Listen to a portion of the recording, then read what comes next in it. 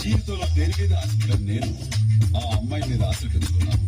ఎన్నో కలలు కన్నాను. ఆ అమ్మాయి నాకే సొంతం అనుకున్నాను. కానీ ఒకరోజు ఏం జరిగిందో ఏమో తెలియదు. ఆ అమ్మాయికి పెళ్ళైపోయింది.